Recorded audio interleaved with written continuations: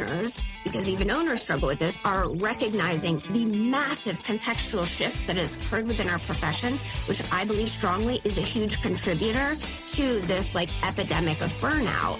It's not individual failings, nor is it individual company failings. It is a huge context shift, and we are still trying to shove our same systems through this new lens, and it's not working. Welcome to ABA Business Leaders, brought to you by 3 Pi Squared, where we discuss topics on how to create and grow an ethical and sustainable ABA practice. Whether you're starting, scaling, or thinking about selling your business, we're here to share insights, stories, and strategies to help you on the journey. We owned a successful ABA practice for over 10 years. And now we help other ABA business owners do the same, without all the chaos. Stick around, you're in the right place. Hello, everyone. Welcome to ABA Business Leaders, brought to you by 3 Pi Squared. I'm April. And I'm Steven. And today with us, we have a special guest, Dr. Becca Tagg. Welcome, Becca. Thank you. It's good to see you both. Yes, good to see you too. Okay, so full circle moment back in the day, right? When you first started 3 Pi Squared, and Becca had a podcast at the time. You were actually I was a guest on her podcast. That was that was my first one. Yeah. Right? Yeah. It was in, I think, 2017, 2018. It was a long time ago. Yeah. Wow, that's yeah. Crazy. Fun times. Mm-hmm. That's so cool. So today we're just, we invited Dr. Becca over to have a chat about a lot of things, but really focusing in on self-care in the sense of a clinician, right? Since all of you guys are, most of you guys are clinicians, or you're, in some capacity, an ABA business leader, an owner, clinical director. Sometimes we have, behind all of those titles, we have a lot of things to do, and we feel that we have little time for ourselves.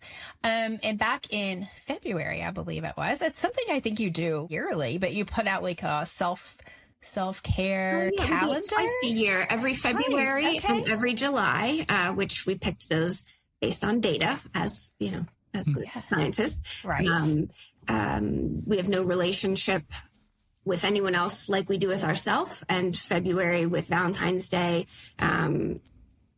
I also am at Camp Lejeune. So a lot of our team members are military spouses, and their partner may be gone. And that can make Valentine's Day a bummer. So between that and that relationship with self, we do them in February, and then again in July, because we serve pediatrics, probably 70% of our population. And that's the 1 month between the shitstorm of June and the shitstorm of September. Yes. So let's fill it up with some extra self-care through the Community Care Initiative, which is us making it freely available to everybody else also. We do it twice a year for the last 6 years. Yeah, that's exciting. And I love how, and we can talk more about this, about what self-care can look like. But over the years, I've downloaded your self-care calendar and have loved to get new ideas, fresh ideas of, I didn't think of it that way, or, this is a good idea. But I don't know, let's talk a minute about what self-care is. And I think at this point, I could be wrong, but I think at this point, a lot of us in the field have heard and talked about, it's not just about bubble baths and chocolate, right? That it's really looking Cake too. Yeah, I like cake. You like cake. Mm-hmm. So I think that's whether you're a parent or caregiver, or I don't think it matters. If you're a human, I think it can be a challenge to show up for yourself and know what that even looks like. I'm glad to hear you say that you are feeling like a lot of people have gotten that message that self-care is not just that consumer self-care. I'm not sure. I think a lot of times it still comes up, whether it's in talks I'm doing or even in sessions as a psychologist, right? As I'm working with other adults or teens or what have you. I think the idea that self-care sometimes is uncomfortable is something that hasn't fully landed. And I think it's less about it being related to self-care and more about, as humans, a lot of folks are motivated by avoidance, right? Avoiding things that are uncomfortable. And sometimes self-care is uncomfortable, right? Scheduling your mammogram is, probably not the most comfortable thing. And at 44, it's a hell of a lot more comfortable than cancer.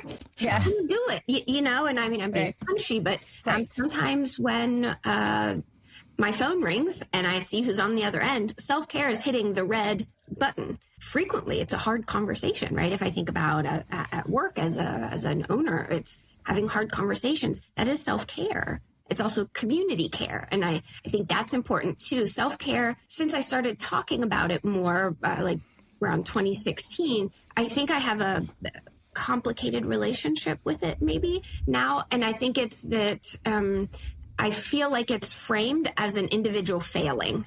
And I hate that, actually. And I think that's wrong, because burnout is not an individual failing as much as it is a system. And that's why I came up with community care, because I like alliteration, and it hits on a context that I think is missing when we're looking at equity. When there's a power differential, and many times there are, you can't, if you're a member of that minority group, the group with less power and control, let's use ethnicity for an example, there's no amount of brownies and bubble baths that's going to ameliorate the impact of racism. So when you have more power or control and you're a member of a majority group, it is your responsibility, I believe, it is my responsibility to create systems of care that protect and support those who have less power and control. That is community care, intentional action done to provide care for a group, which is not the opposite of self-care, but is rather complementary to self-care, which is that individual action aimed at providing care for self. It's very much a system failing. And we have a lot of conversations. We have a support group that we just started and in the beginning of the year. And there are already a lot of people participating. And this is also where we got the CEO Moms panel from, right? Because we had such great conversation, in the support group, that I was like, let's bring this out. If you guys want to join me for a conversation where people can hear.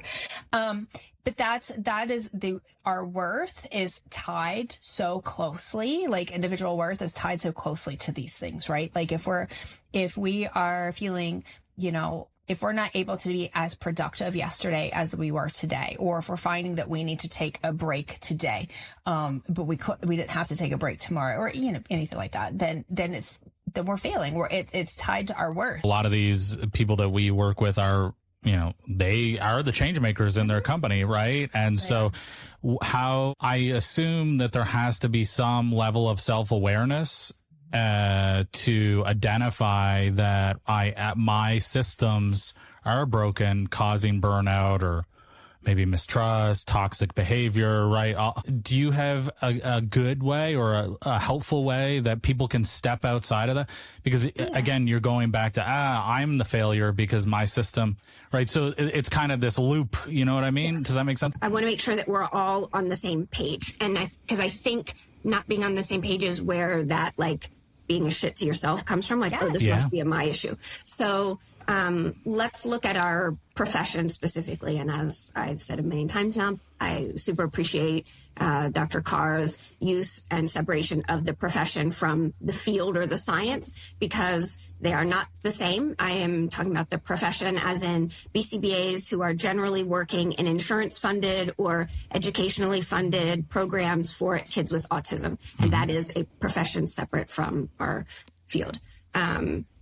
So I think there is in many ways, a lack of overtly naming and acknowledging the state of the profession. And that is a system, and context matters. So I think that is a useful thing, because for leaders specifically within our profession, I believe one of the major contributors is folks are still operating like we're in a system of 2019 when it's 2026. So I just want to kind of review that a bit. So the field has changed, and that has nothing to do with Dr. Becca Tagg. It has a significant impact on Dr. Becca, just like I'm sure it has for both of you and everybody listening. But I don't know that folks are aware of that. And the reason I'm taking the time to label this is because I see it as the parallel process of what I see in our ABA graduate students when we're teaching the science, which is missing the understanding of like a case conceptualization, which includes taking context or setting events into the picture. And that's where I think our breakdown is. So there's workforce and 2020 changed a ton of things. Full stop. Just period, right? Yep. So there's workforce instability since then. There's certainly tighter margins financially, like business-wise, due to some change, a variety of things, but changing payer policies, legislation, increased payer and administrative burdens, also connected to those policies, higher expectations from multiple stakeholders, because we've had a big I don't know what's the right word, like a consolidation is the word I'm looking for. We've had a rapid consolidation within our profession of private equity-backed companies making a lot of acquisitions. And whatever your feeling is about PE is what it is and is as separate from that. That's a huge context shift. Consolidation is a major context shift. And this has led to some of the, higher expectations and different operating systems within individual organizations, which is a context and system. But we also have our bigger system context, which is the way our profession has changed. And I do think that there are a lot of leaders who are still operating like it's, the system of 2019. Oh, we just have to get back to that. No. And I did it too for years until realizing, okay, so it's been years now. It's time to this is the new normal, right? And I don't know that clinicians who are not owners, because even owners struggle with this, are recognizing the massive contextual shift that has occurred within our profession, which I believe strongly is a huge contributor to this epidemic of burnout. It's not individual failings, nor is it individual company failings. It is a huge context shift, and we are still trying to shove our same systems through this new lens, and it's not working. And there is, as Stephen said, self-awareness is part of that. But I also think that stuff jumps off the page at me. I think I tend to be more of a systems thinker. So I do think there are ways that you can train to kind of look at those systems, and that BCBAs are uniquely poised to do so because it's part of contextual factors of what we know, what is part of our science. And I think it's illustrating that it's missing in our training severely, which leads to treatment outcome impact, but also this individual impact that we're naming. So if one of the big changes that I've experienced as a clinician is less paid time off, and now I'm experiencing burnout, when I can look at that as a contextual factor that has changed, that helps move me towards the idea, oh, maybe I need some more time off, or I need to change my schedule. Or if I used to have, unless I was working in a different setting, I was doing more in-home and now I'm doing more clinic. That's a contextual change. Maybe I want to evaluate that impact. Or maybe I had more little kids or big kids or more students. Or I think when we are better able to identify the contexts, the multiple contexts, right, that are have the potential to impact, then we are better equipped to come up with those functionally equivalent alternatives, which is all self-care is. Self-care are replacement behaviors. We know how to do this. But I think it gets messy because we're not training our folks in behavior analysis. We're training them in ABA for kids with autism. So that's my hopeful pitch, right? That we are uniquely trained to do this. We are able to understand this when we know how to do it. And it's the same process we already know how to do with our identified patients. Right. Yeah, I mean, and not to go off on a tangent, but I think that little barrier there is what we see with leaders within the company, right? Because they really have a hard time applying the science to their staff even, and what that looks like amongst the organizationally, outside of just providing programming for learners. Because we do look at systems, we help business owners look at their systems, and and we look at one of the indicators is like, how often are you putting out fires in a day, right? Because if your job is, I'm putting out fires, then we need to pause. We need to take a step back and we need to look at this, right? Because that's not okay. That's not typical. Like, that shouldn't be your job. Your job shouldn't be putting out fires all day long. So let's take a step back. A fire twice, you don't have a fire problem. We have a system problem. Right. If somebody comes to me with the same question twice or the same breakdown twice, that's not a them issue. That's a me issue. That means there is something that is not working. And it doesn't matter if it used to work. It may not work anymore. And so instead of putting out the fire, it's antecedent interventions. It's, I don't want to keep doing consequential interventions. How do we get ahead of this? Spot on. I agree for sure. Yeah. And, I was even like as basic as, communicating, and they're going, they can absolutely change. They could work for a while and then we have to adjust them. But being able to clearly communicate the most basic of like expectations, like even being able to break something down through a task analysis, right? And I often like remind people of like, hey, let's go back to the whole peanut butter and jelly sandwich task analysis, right? You may think that your directions and your steps and your TA are like very clear. And here, take this and make the sandwich. And then this person comes with some odd combination with a knife sticking out of the sandwich or whatever, right?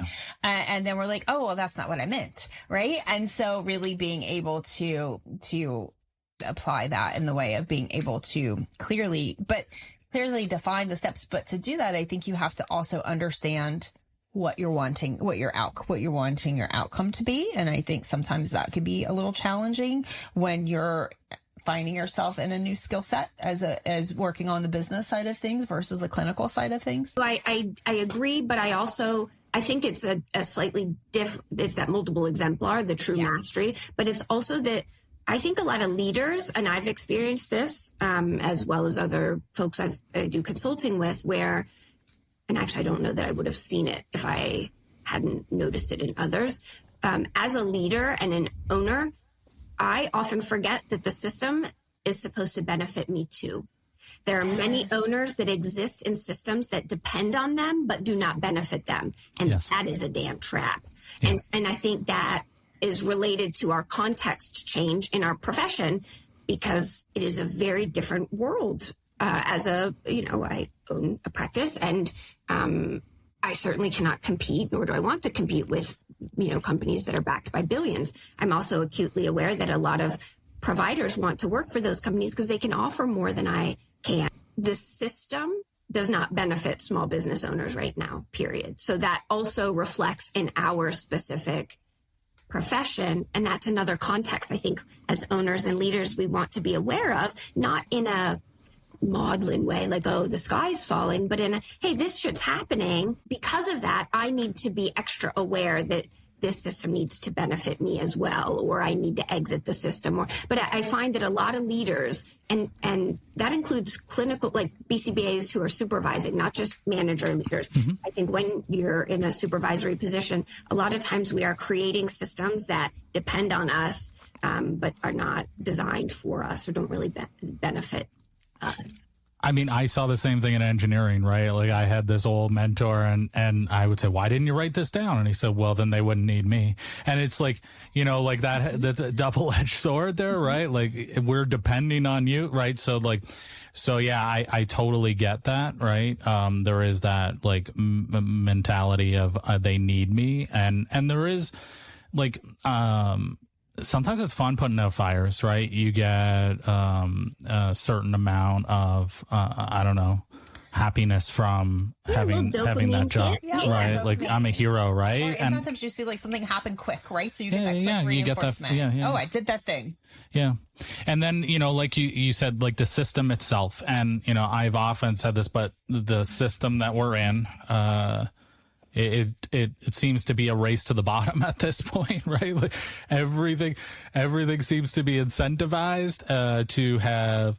I make more profit if I have a less trained staff, if I get them out with the clients quicker, and it's if you don't have a good understanding of those incentives, it's easy to kind of, just follow the river right to its end.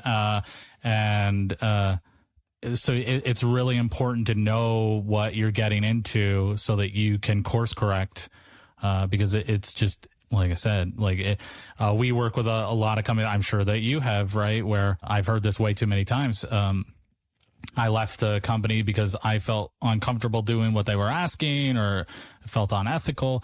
And 2 years into my own company, the only difference between me and the place I left is it's my name on the door. So is the person then, okay, so they're in the place where they're like, oh gosh, I'm in my company, things are happening that I didn't want to happen. Yep. That's why I left my past place.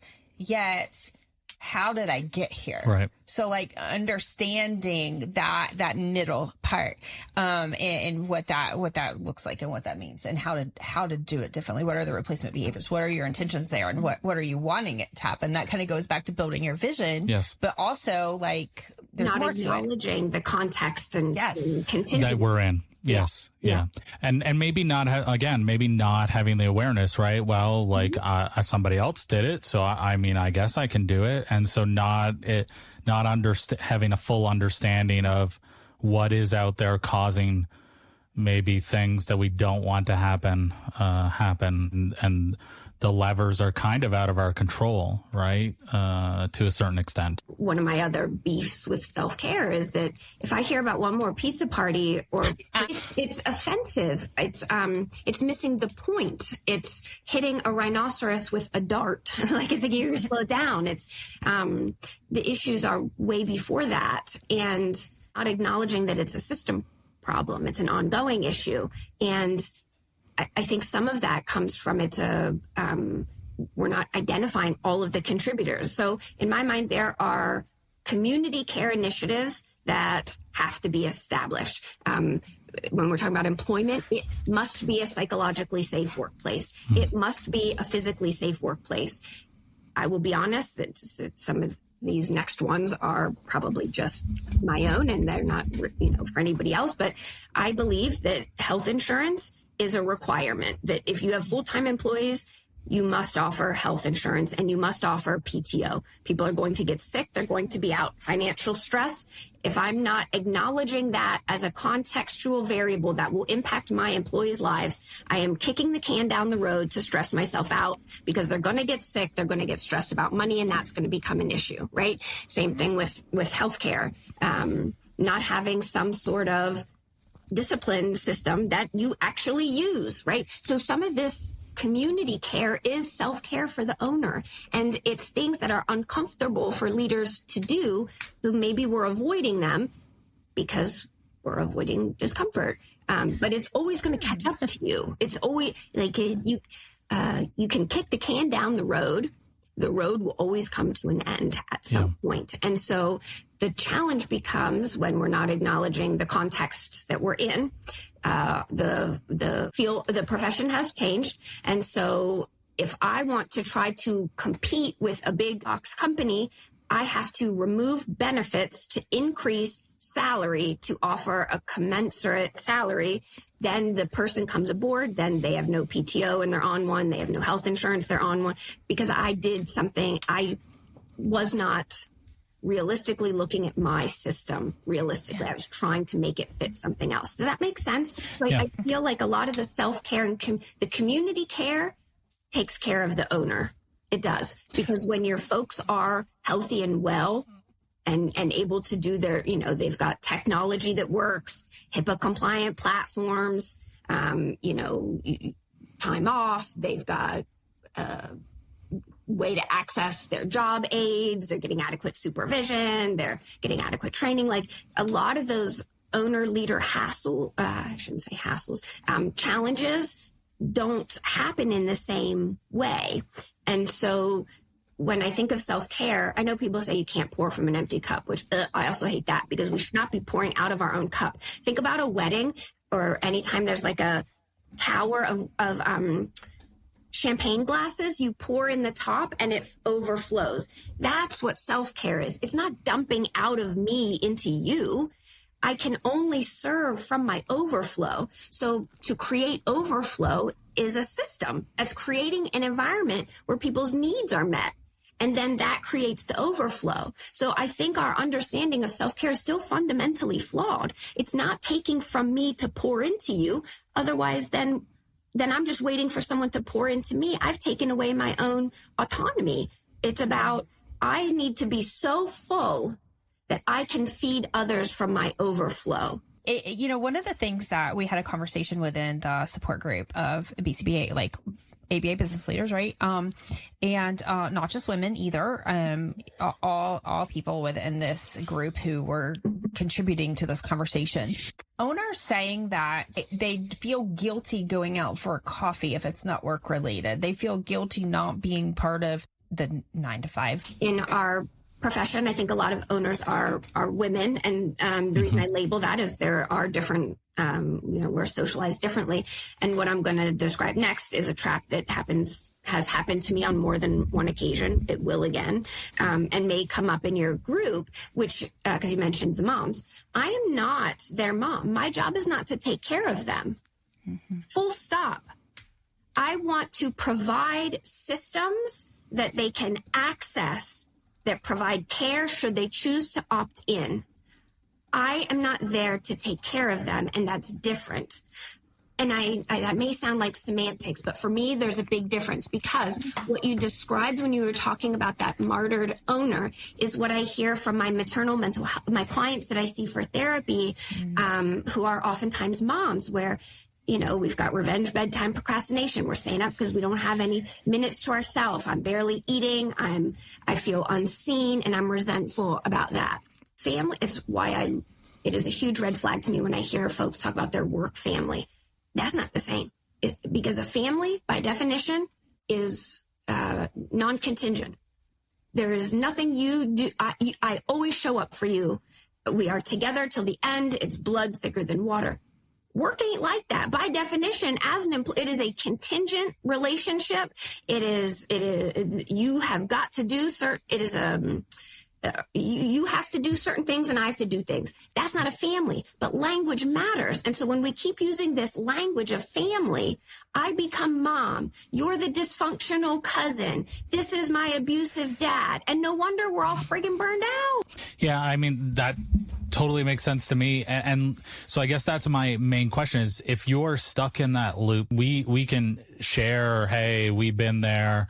But it's really hard for people to see when they're stuck in a loop, right? It's hard to be able to step back and say, oh, wow, yeah, I see my responsibility in this situation, right? I think I'm providing one thing, but I'm actually providing something completely different.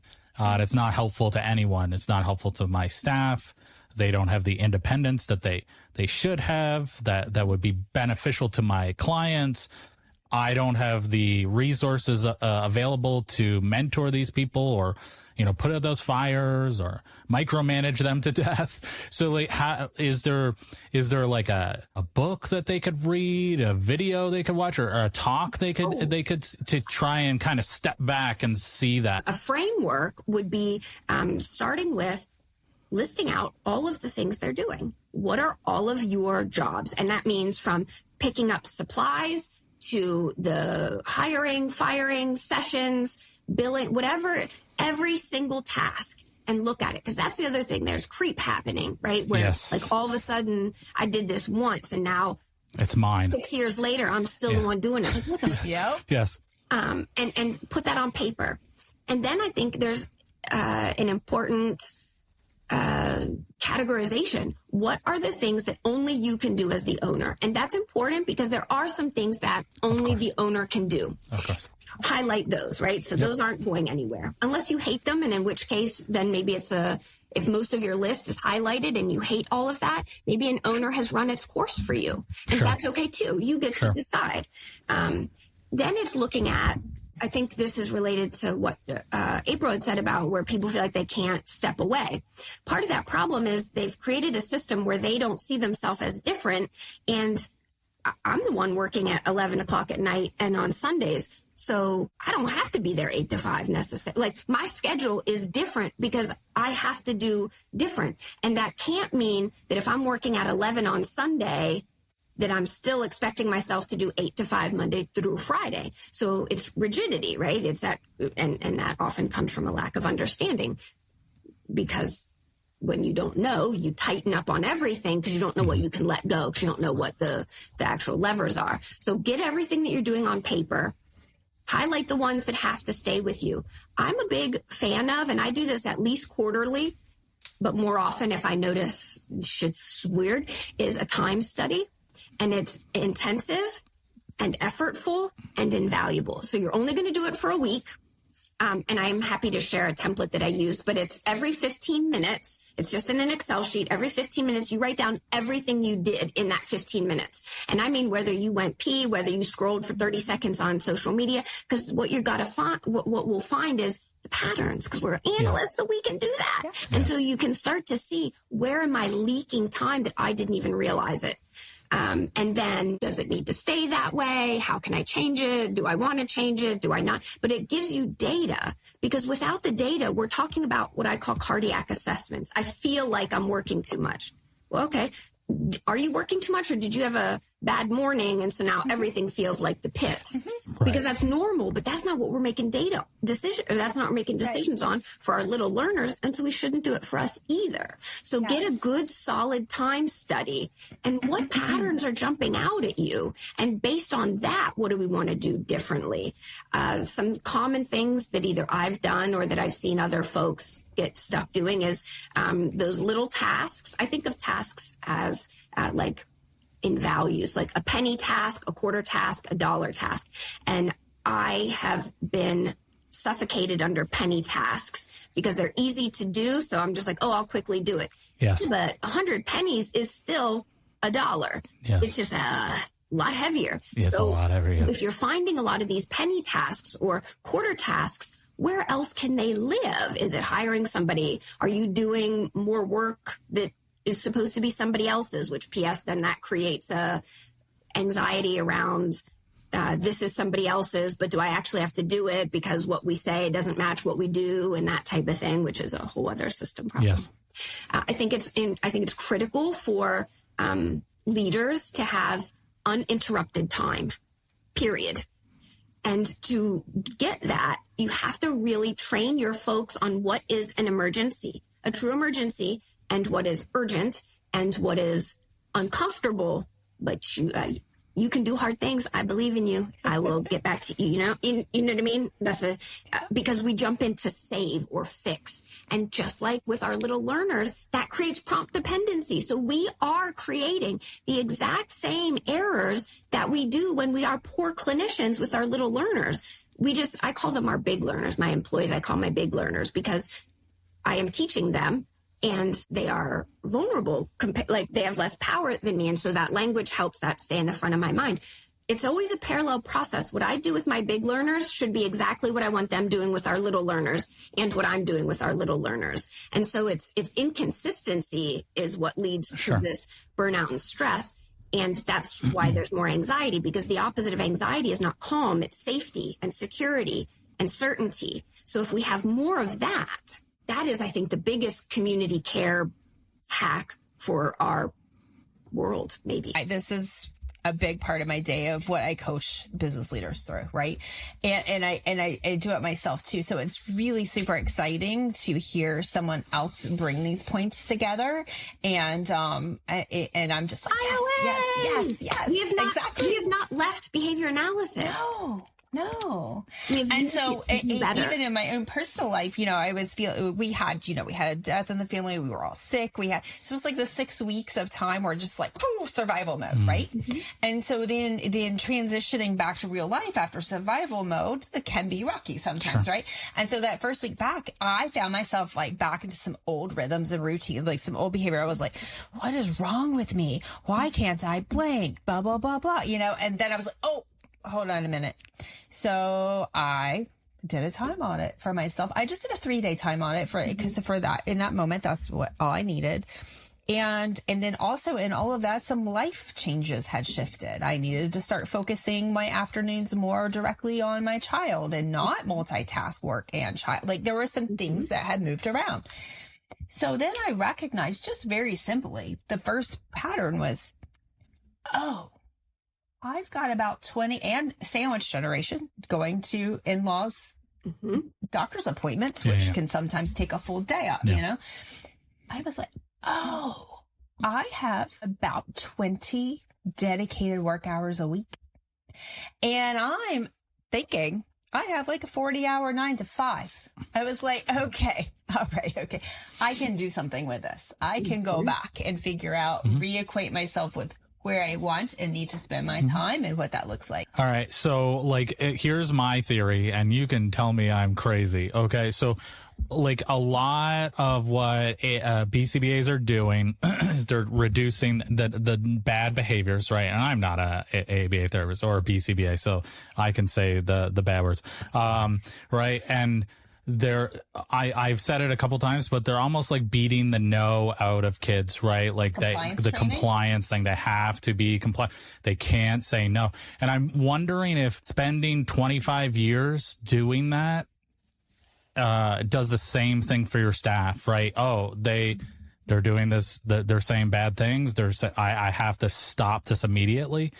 Is that like part of it? Does that make sense? What I'm saying? I think where you're going is like, because of like people saying that like I'm telling my staff what to do, but they're just not doing their job. Yeah. But then like they're not supporting their having staff that, that negative feeling in my body. I can't have that. I have to fix this right now. Do you know what I mean? Oh, the fixing. Yes. I have to stop this. This isn't allowed. And I'm just wondering if that is helping this. Does that make sense? Absolutely. Yeah. And I do think that is one of the issues. And that happens.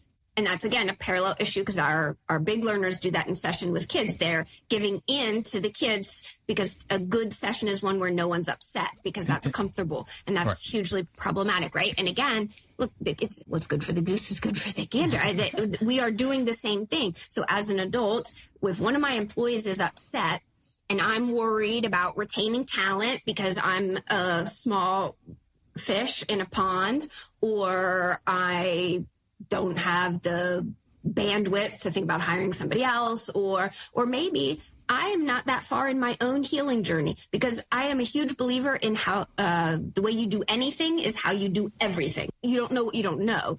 So you don't realize that your own shit's getting in the way. Yes. That is limiting and negatively impacting yourself, but certainly your big learners and your little learners, because we're modeling. So then if I'm trying to save them because I can't tolerate the discomfort for whatever reason, then I'm modeling for them what to do, which is discomfort is not okay. If somebody is uncomfortable around you, you better fix it and make them happy. So then our learners aren't getting better. Right, whatever that means, but we're seeing more interfering behaviors. So then the kids have harder sessions, so the staff come to me more, and I just have more.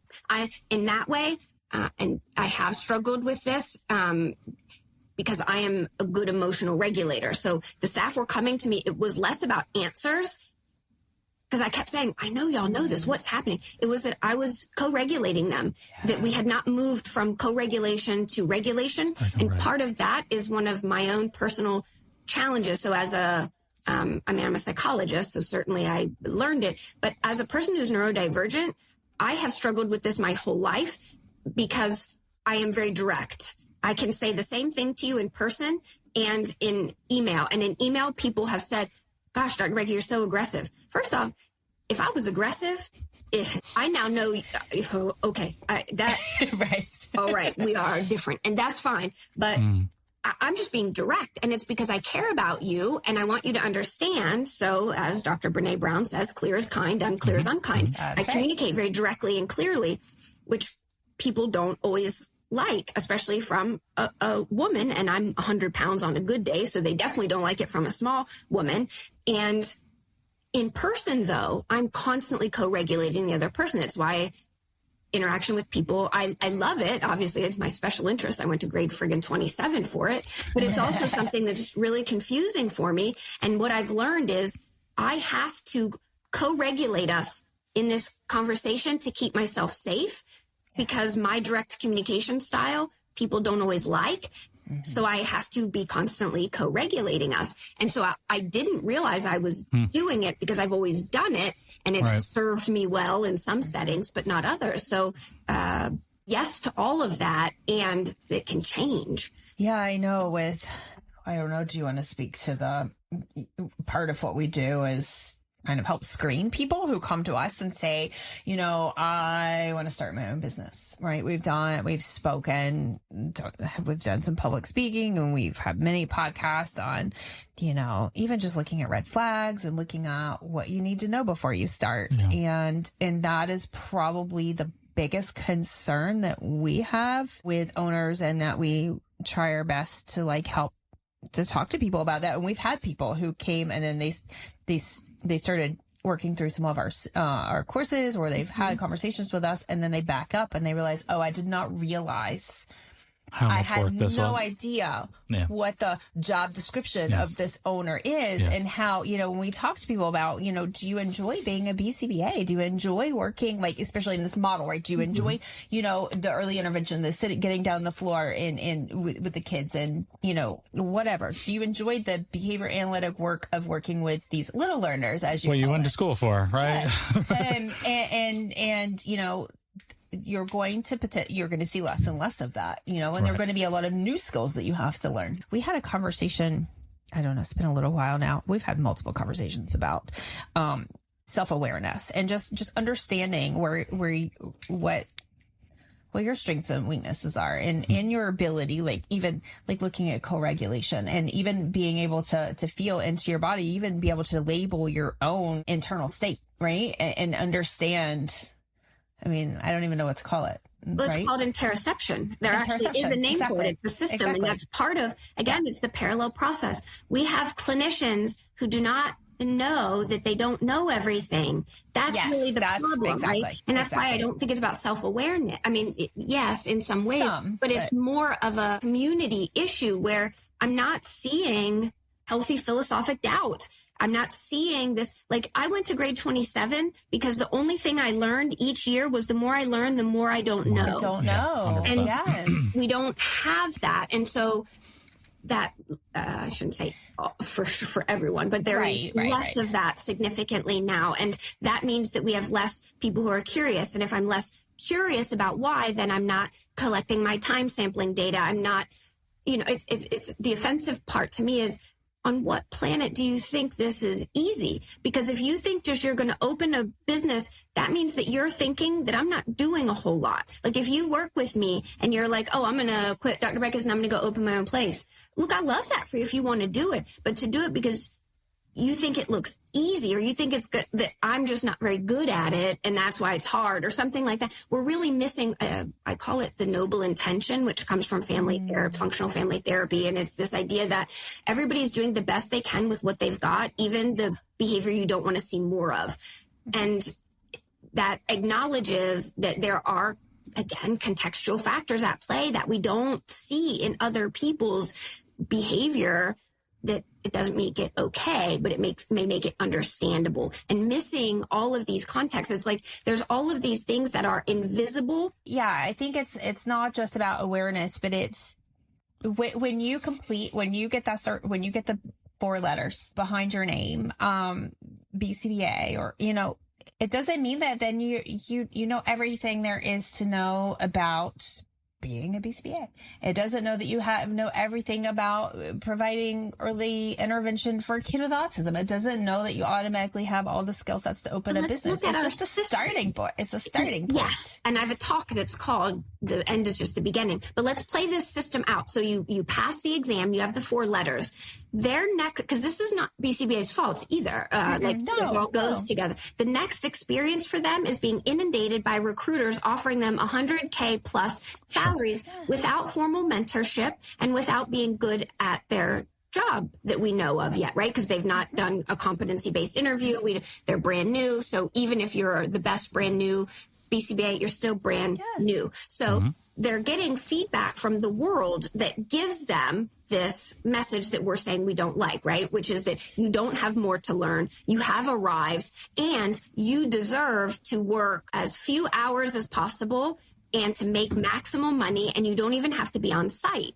So this is how systems are shaped, right? This is how this system of insurance funded or educationally funded ABA for kids with autism has shaped the view of our workforce, right? Because we impact the system, the environment, and the environment impacts us. And so then we've got folks coming into roles with these beliefs. And let's say instead of going to a big box company, they come to Del Mar.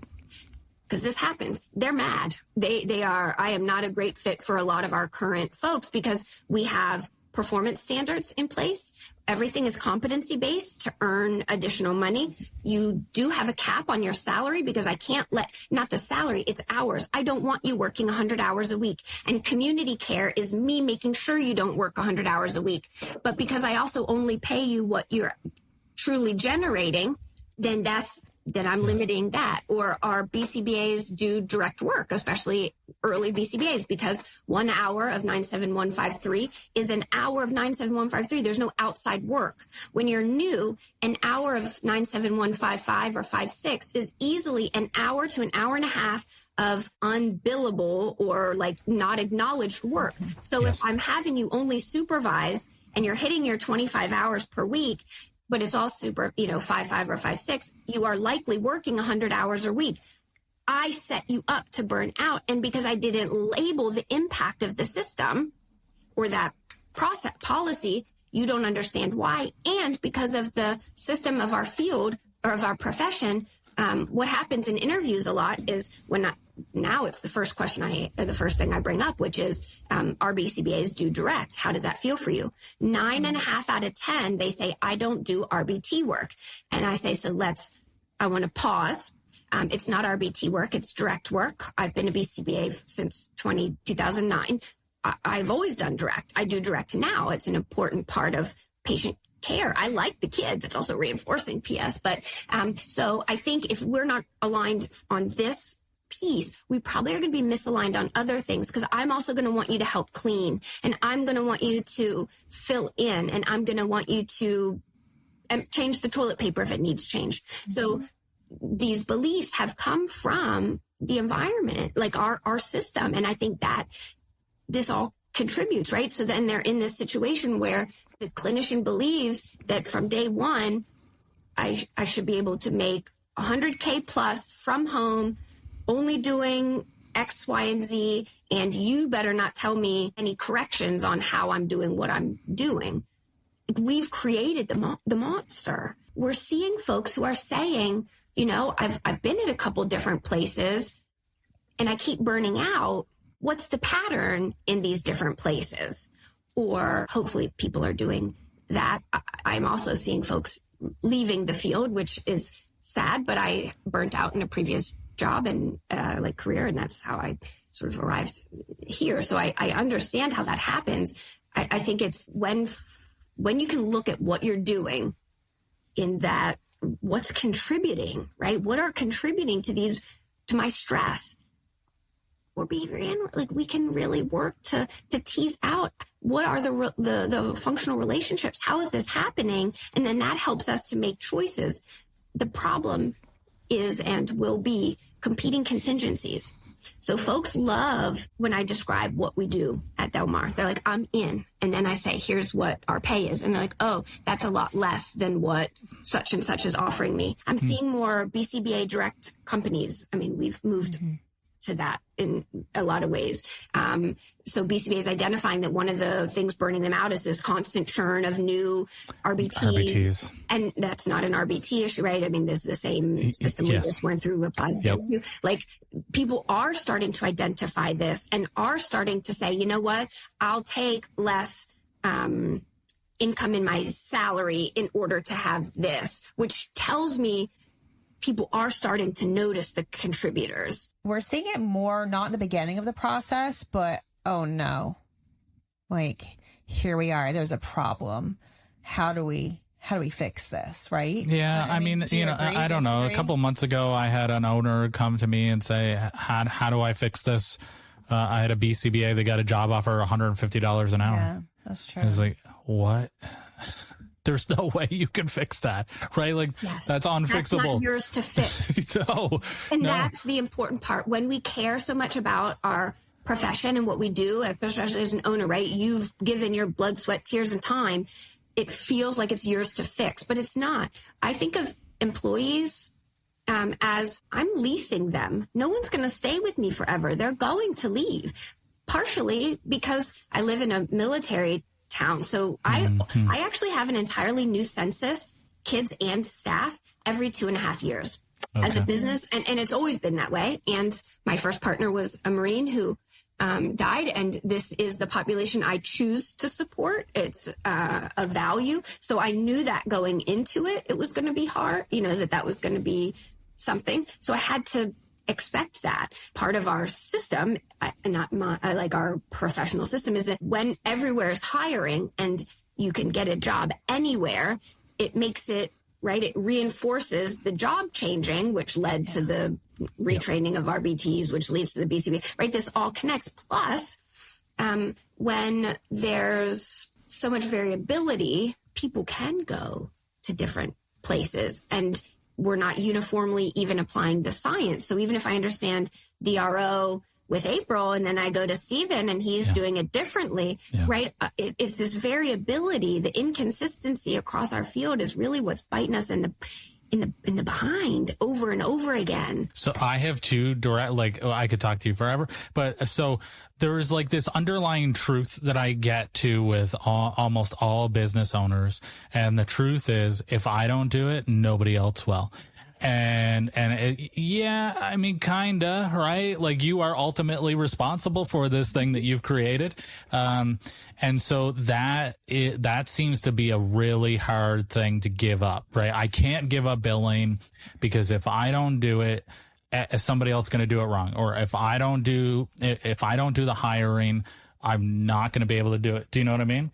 And so, like, do you have any suggestions on how to break that? So I think the first part is about acknowledging their experience. So I have had 2 billers that almost put me out of business twice. 100%. For their performance. And both of them speak at conference. Like, these are well-known people, right?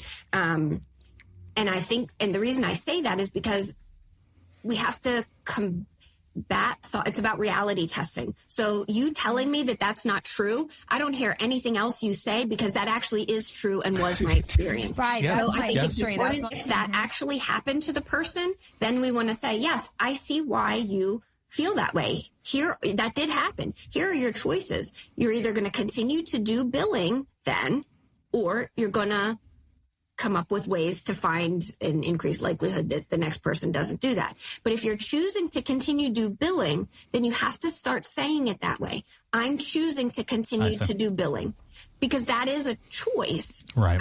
And maybe you like billing. Like, there's been periods in my life when I've enjoyed billing because I'm starting and finishing something, and every other thing as a owner is open Forever. and hanging, and as a divergent person, task completion is a high value reinforcer. So now I will do laminate. Like, I'll make materials sometimes because I just need to start and finish something. Yes. But I had to be able to see, why am I doing this other task? It is providing something for me. And the owners you're talking about, Stephen, my guess, I would always be curious because I'm not them. My thought would be it provides reassurance that the billing is done correctly. 100%. So that's what they don't want to give up. So really, it's about when you hire the next person, part of the onboarding is every week, at the end of the week, you want an update of where things are. So it's never going to get so far away from you that you can't catch up. Right. Then the reality testing becomes, yes, I got screwed before, and I've taken steps to do it differently this time, so it can't happen that way again. Right. And that's not a feeling. That's my system. That's my process. Yeah. Exactly. And that's the thing, having, like, putting in a system that you can trust, right? And you can also be aware that systems are going to break, just like you said, like, hey, this system worked for 2 years and now all of a sudden it doesn't work. Why not? Right. But then being able to figure that out, bring in the experts and fix it from that point forward. But then I just have one more question. And then if you haven't, I'm just curious about your thoughts on AI, right? And because, again, this is a concern of mine, is I think the average experience level of a BCBA in the field right now is around 3 years. It may be a little bit more, but maybe less now. I think it's less. Yeah.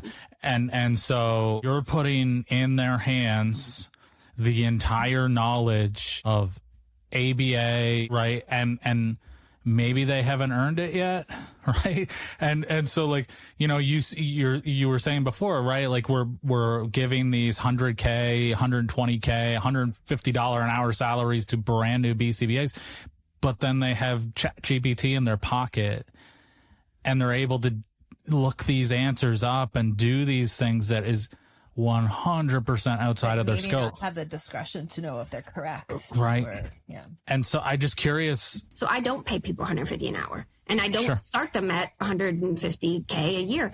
We start people low, and then they earn, ideally over the first year, they should be getting 6 raises to get up to what our actual BCBA salary is, because it's competency based. Everybody tells me at interview that they know how to do blah, blah, blah.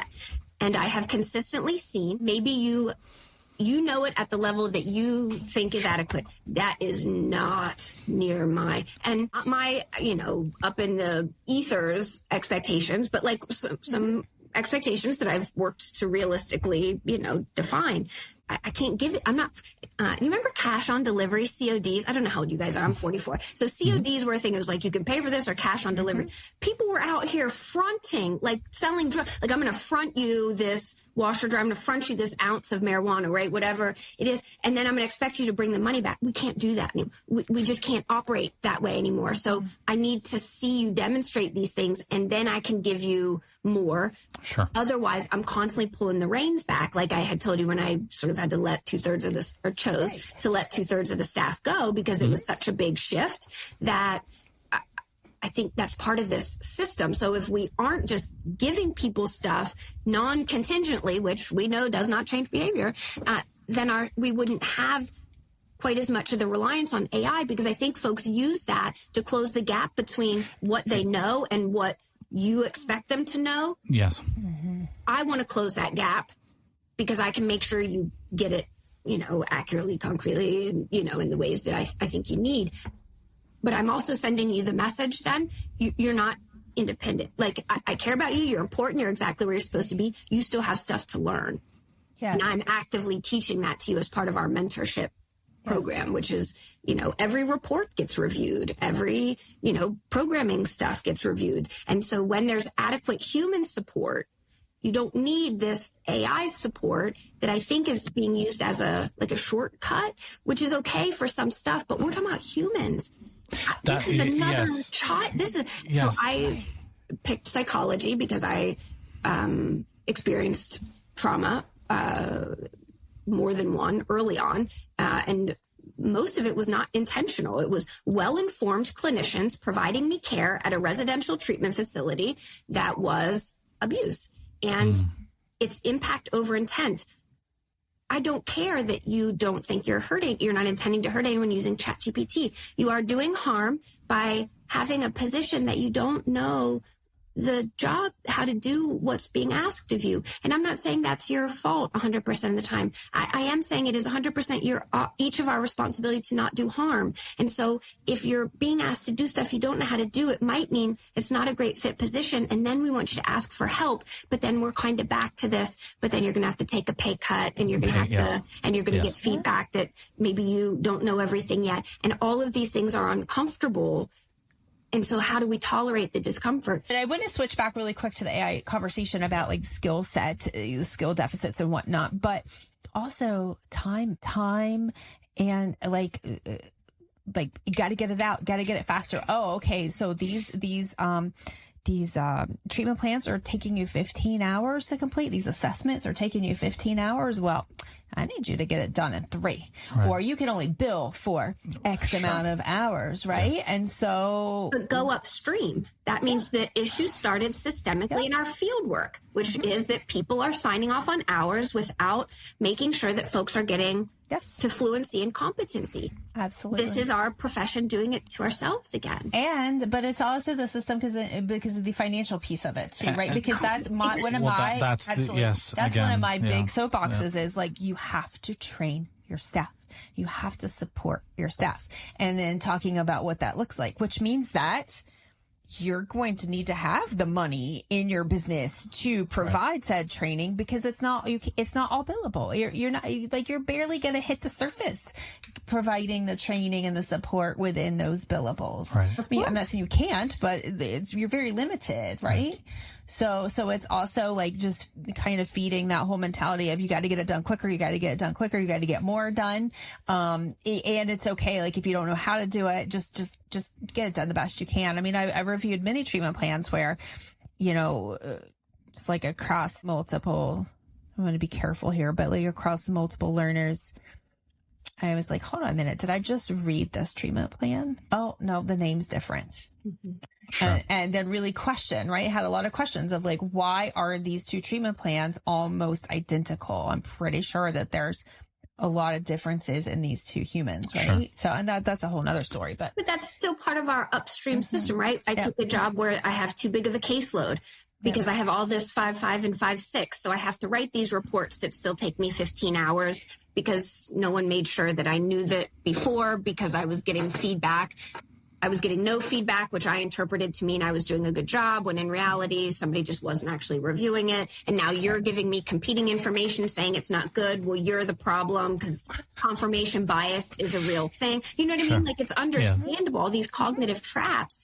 I think what's hard for me is that, hard's not the right word. I don't know the right word. I guess it's emotional marbling, right? I'm feeling a lot of feelings about it. We know this, though. We teach folks these exact things. We teach how to do case conceptualization. We're teaching about functionally equivalent alternatives. We're teaching about schedules of reinforcement. We are teaching about behavior change.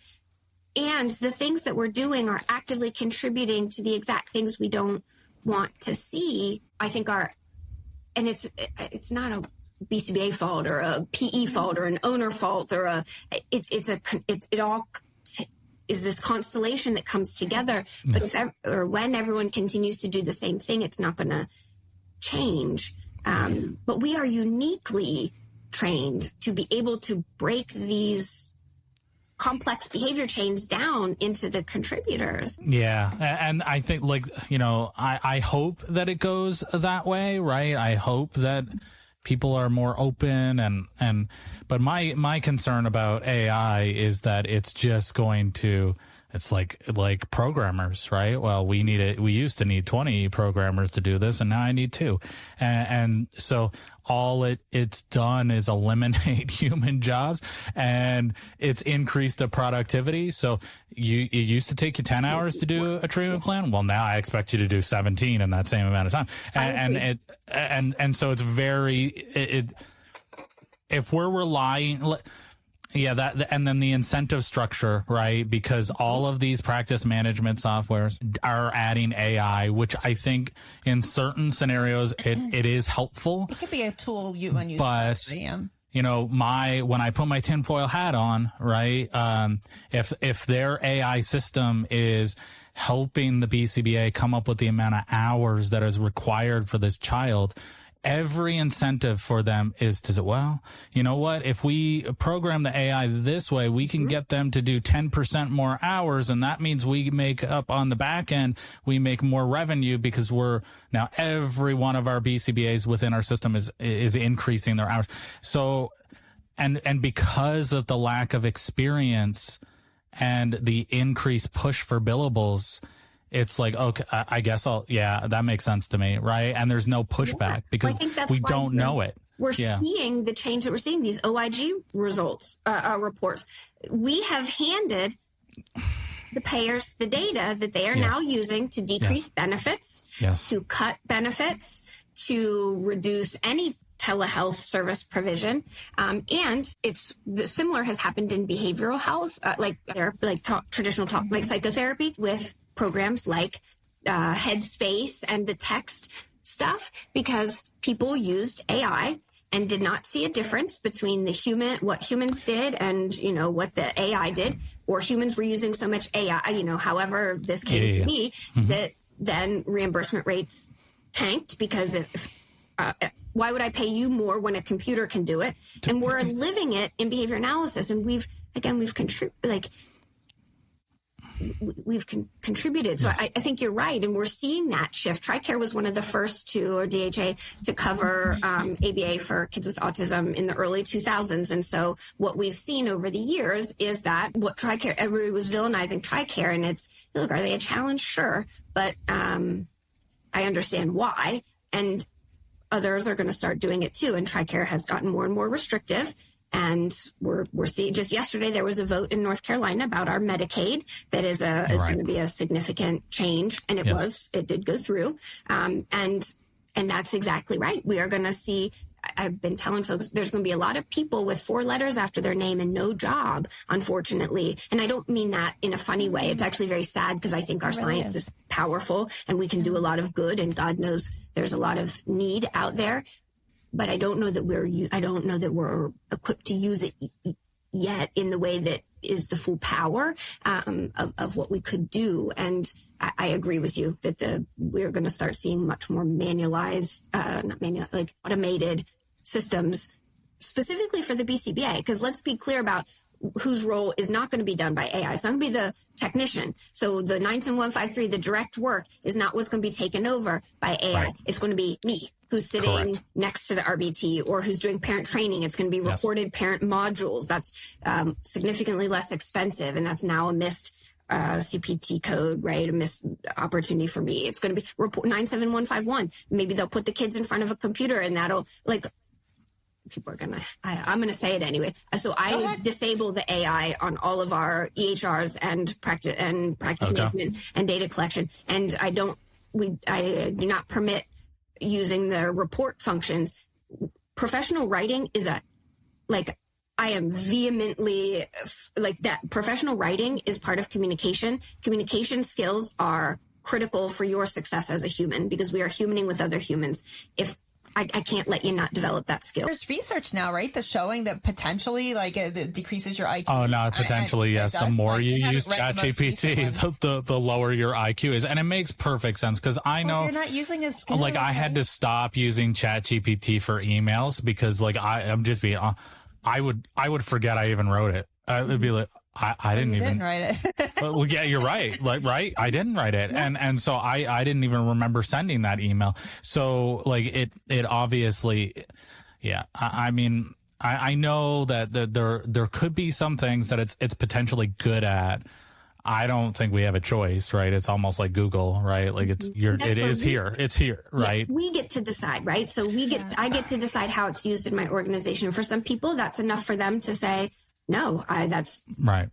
Okay, that's your choice. Right. I get to decide how I use ChatGPT, because I use it for I think I probably use it more like a expanded Google search, which I'm sure is inefficient, sure. But that's so far what I kind of use it for. It can be helpful. I think there's very few things that are all good or all bad. It's under what 100%. Conditions does this fit for me at this time? Right. Yeah, I just with the power that a BCBA has, and you're putting this through AI, you are creating your replacement, right? You are creating your replacement. And I can't remember who came on the podcast and told us, maybe it was Dr. Cox, but they put treatment plans done by AI and treatment plans done by BCBA, and then they had BCBAs review them and say which one was done by AI and which one was done by BCBA. And it was very difficult to. I thought they said it was it was almost. I think that it was still noticeable-ish, but it was almost indistinguishable, right? And that, like you said, they're not coming after the text job. The first step in a change process is accurately labeling your snag, and I think how can we start doing what we know needs done? I think that's the precipice we're on, right? It's here's all these things that we need. What's that first step going to look like for each person?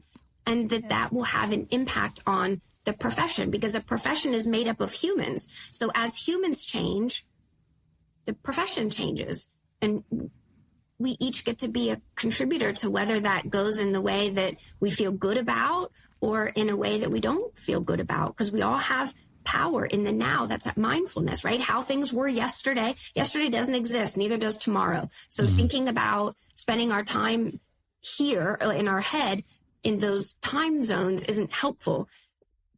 present now in this interaction, am I showing up with you all the way that I want? If not, let me change it. If I am, keep going. The time check that you recommend doing for the week, it's a 24-hour time check, right? Yeah. So if I have like a panic attack at 2 a.m, I open my computer and do some work, I need like... So you get to decide how you do it. Okay. For me, I do want that much data because what I hate work-life balance. I think it's a terrible phrase. Balance makes it sound equal, which is part of the problem, right? Language matters. So it's about integration. And so I am an integrated, holistic human, no matter where I am. Some work weeks, work needs more, and some work weeks, home needs more. I need to be, success is determined by my ability to integrate and flex based on need, which PS is also what we ask our kids to do. So 100%. Parallel process.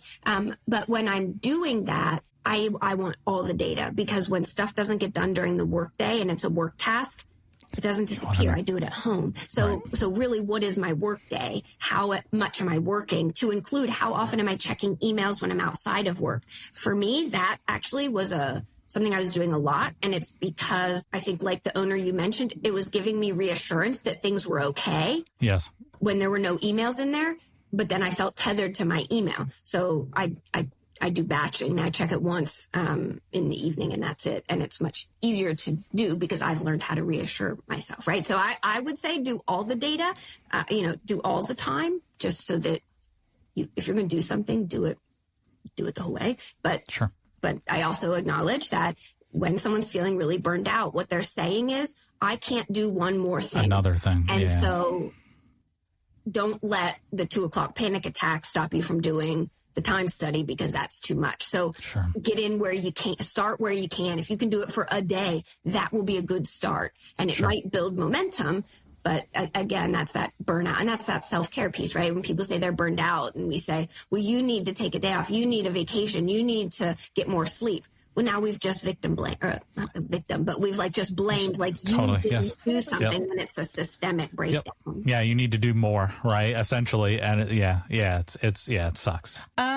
Okay, well, we want to respect your time, and we want to respect the time of those listening. I mean, I could just sit here and take all of this in. I love learning. Even when I come into something thinking, oh, I already know about this. I love being able to be curious and open and seeing someone else's perspective. So my ask for those of you who are listening today, maybe, I know you've already heard this podcast, but maybe rewatch it, re-listen and think about it, maybe step back, and be open to taking in a different perspective, or just being curious about how your own self plays into some of these things. And if a business owner hears this and says, I need to talk to Becca, is that something that you offer, consulting, mentorship? Is that something that, I do. If there's availability, right? That's saying no is hard and important.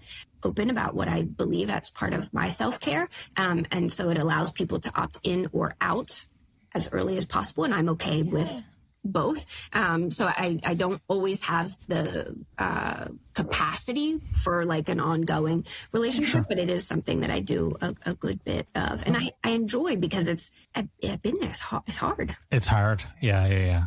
And it's lonely, right? It can be lonely and very difficult. Yeah. So. Yeah. Well, so on that note, I will remind listeners of our support group. It is completely free. No strings attached. And we chose Discord just because that was the way we were able to provide it to you at no cost and be able to access it.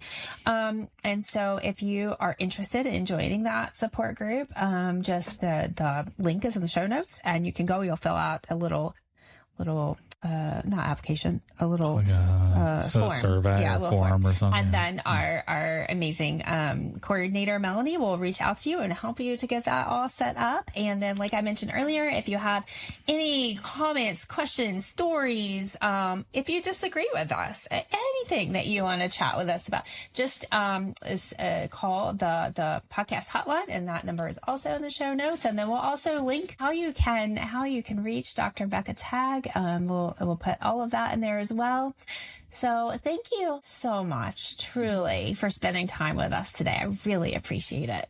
I appreciate it too. All right. Well, thank you so very much, and we'll see you all next week. See ya. Thanks for joining us on ABA Business Leaders. We provide mentorship, courses, handbooks, billing support, credentialing, HIPAA support, web design, and more. Everything you need to build an ethical and sustainable ABA practice. You can find all of our resources at 3pisquared.com. Don't forget to subscribe and share this podcast with other ABA business owners. We'll see you next time. And remember, you don't have to build your practice alone.